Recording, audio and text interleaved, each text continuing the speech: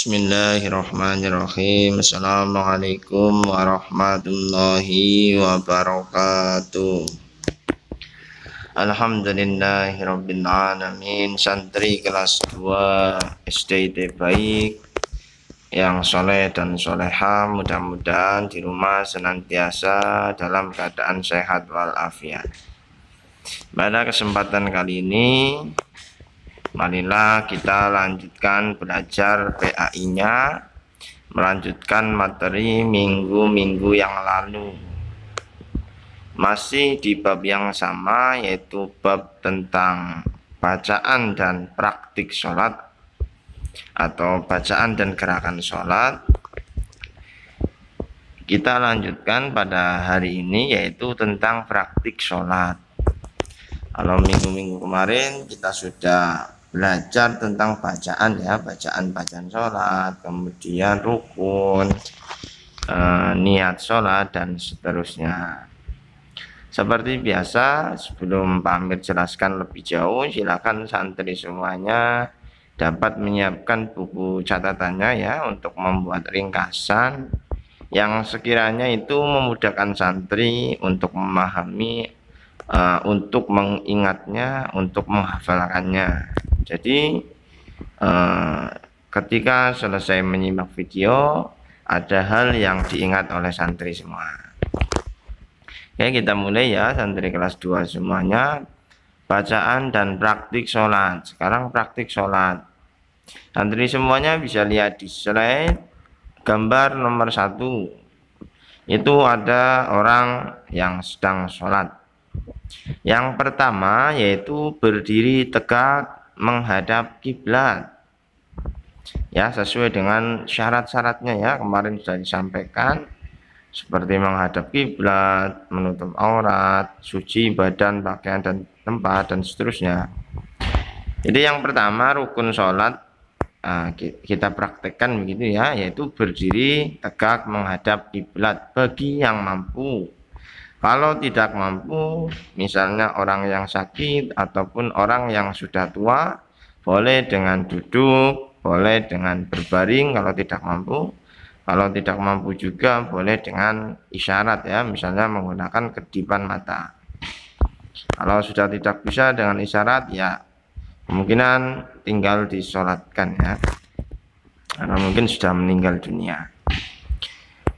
Berdiri tegak, kemudian lanjut yang kedua ya dengan takbiratul ihram atau melafalkan ya, Allahu Akbar. Yang ingin Pak Amir sampaikan, kalau sebelum berdiri atau ketika berdiri kan kita biasa ya melafalkan niat dengan membaca niat sholat ya, usolli fardhu duhri misalnya begitu. Itu ketika berdiri. Ketika takbiratul ihram sudah Allahu Akbar, itu dalam hati santri semuanya harus niat, karena niat itu di dalam hati. Yang usolli fardhu duhri dan seterusnya misalnya begitu, itu namanya melafalkan niat. Itu membantu santri agar ingat ya sholatnya yang mau dikerjakan sholat apa dan seterusnya. Tapi ketika takbiratul ihram harus tetap niat di dalam hati, meniatkan di dalam hati. Misalnya saya niat sholat duhur 4 rakaat lillahi ta'ala, makmuman lillahi ta'ala, begitu ya, dalam hati harus ada niat seperti itu. Paham ya? Jadi sudah 3 ya. 1 berdiri tegak, kedua niat ketika takbiratul ihram. Niat ini yang benar itu bersamaan dengan takbiratul ihram. Kalau yang usolli dan seterusnya itu melafalkan niat. Sudah 3 ya, 3 yang harus dikerjakan yang merupakan rukun sholat. Kalau tidak dikerjakan tidak sah. Kemudian setelah takbiratul ihram, kemudian membaca doa iftitah. Ini doa iftitah itu termasuk sunnah sholat. Kalau tidak dikerjakan tidak masalah ya, tidak apa-apa, artinya sholatnya tetap sah. Kalau dikerjakan sholatnya semakin sempurna. Doa iftitah itu bisa dilihat di slide. Allahu akbar kabira walhamdulillahi katsira dan seterusnya. Ini santri semuanya tentu sudah hafal ya. Nah, nggak apa-apa, nggak usah pamir, bacakan sampai selesai ya, udah apa. Kalau kita di kelas, kita akan praktek bersama-sama. Itu ada juga doa yang lain, misalnya Allahumma ba'id baini wa bainana khotoya wa bainana dan seterusnya ya. Itu juga boleh, tapi yang biasa kita hafalkan ya. Doa iftitahnya itu Allahu Akbar kabiro. Artinya ya enggak hanya satu doa iftitah ya. Biar kita tidak menyalahkan, misalnya ada orang yang sholat doa iftitahnya tidak pakai Allahu Akbar kabiro. Kemudian yang keempat, ini tertulis di sini, membaca surat Al-Fatihah.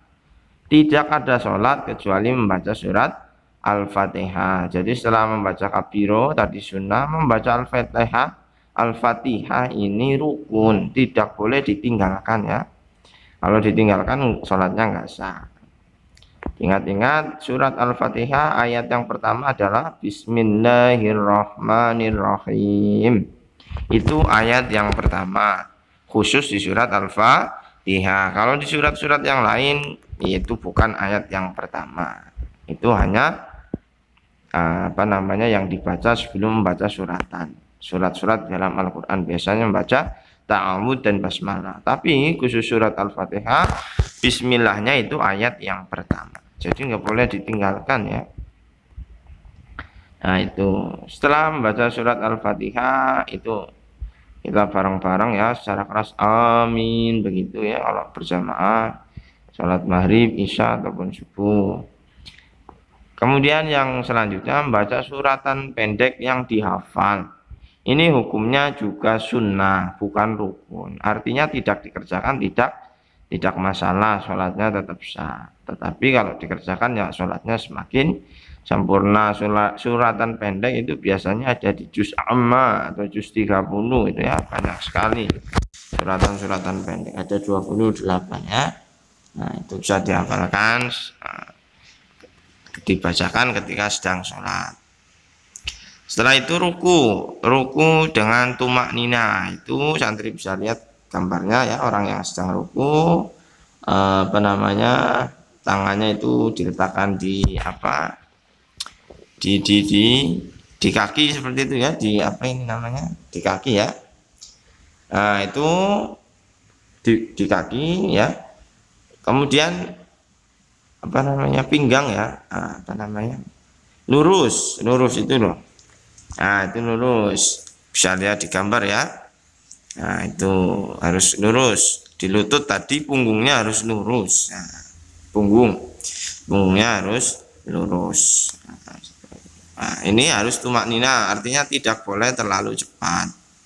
Oleh sebab itu, agar kita tahu bahwa rukuknya sudah tumak nina atau belum, para ulama disunahkan ya kita untuk membaca tasbihnya gimana? Subhana rabbiyal azimi wa bihamdi, 1 kali boleh, 3 kali juga boleh. Akan tetapi yang perlu diketahui santri, yang rukun itu gerakannya ya, gerakan ruku dan dengan tumak nina. Kalau membaca tasbihnya subhana rabbiyal azimi itu sunnah ya, agar kita tahu apakah ruku kita sudah tumak nina atau belum. Itu kurang lebih seperti itu. Kemudian setelah ruku i'tidal, bangun dari ruku. Nah, itu sami Allahu liman hamidah Rabbana walakal hamd dan seterusnya. Ini juga sama, yang rukun itu gerakannya ya.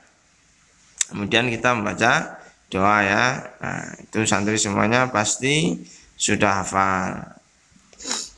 Nah, setelah i'tidal, kemudian selanjutnya sujud.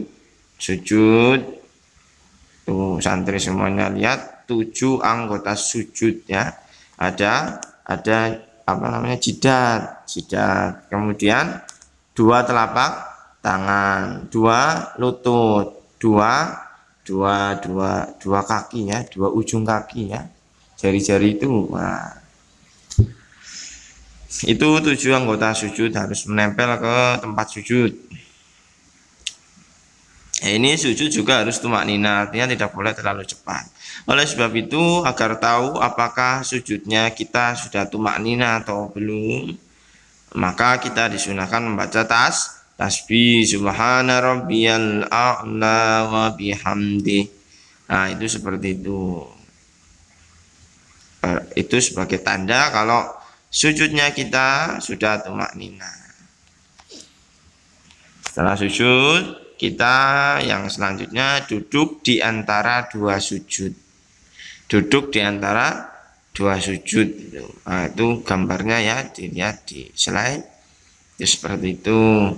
Ada doanya gimana? Rabbi ufirli warhamni wajburni warfa'ni warzuqni wahdini wa'afini wa'fu anni. Itu doanya. Santri semuanya pasti sudah hafal. Kemudian sujud yang kedua. Sujud yang kedua itu sama seperti sujud yang pertama ya. Nah, kemudian misalnya sholatnya 2 rakaat, 3 rakaat, 4 rakaat ya tinggal diulang ya. Gerakannya sama. Yang beda itu duduk tasyahud awal di rakaat yang kedua. Ini tasyahud awal. Tuh santri bisa lihat ya, kakinya ketika duduk tasyahud awal masih di gambar nomor 8. Santri bisa lihat itu seperti itu. Kemudian ada doanya yaitu doa membaca doa tahiyat. Ini tinggal dibaca ya, santri semuanya sudah hafal. Cuma sampai sholawat kepada Nabi Muhammad, Allahumma sholli ala sayyidina Muhammad. Ah, gitu aja ya, sampai gitu tahiyatnya. Nah, di tasyahud awal. Kemudian lanjut lagi tasyahud akhir. Tadi kan di rakaat kedua itu misalnya sholatnya 4 rakaat berarti tasyahud akhir ya nanti. Nah, ini hukumnya sama ya, rukun sholat nggak boleh ditinggalkan. Kemudian kita melanjutkan bacaannya. Kalau di tasyahud awal itu at-tahiyyatul mubarakatus sholawatu thayyibatulillah dan seterusnya sampai wa Allahumma sholli ala sayyidina Muhammad. Nah, itu kita lanjut kalau di tasyahud akhir sampai selesai wa ala ali sayyidina Muhammad. Bahkan kita sampai sholawat namanya sholawat Ibrahimiyah. Santri semuanya bisa lihat duduk tasyahud akhir ya, kakinya itu disilangkan ya. Nah, itu seperti di gambar nomor 9. Ini berbeda dengan tasyahud awal.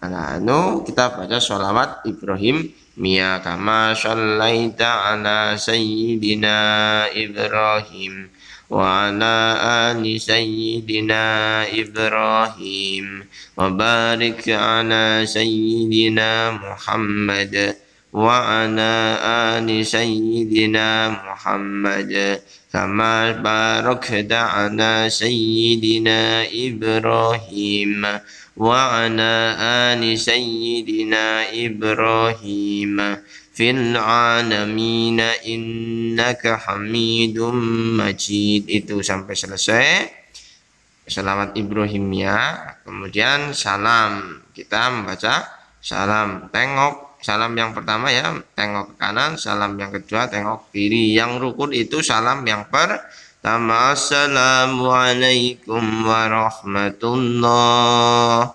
Salam yang pertama. Salam yang kedua itu hukumnya sunnah.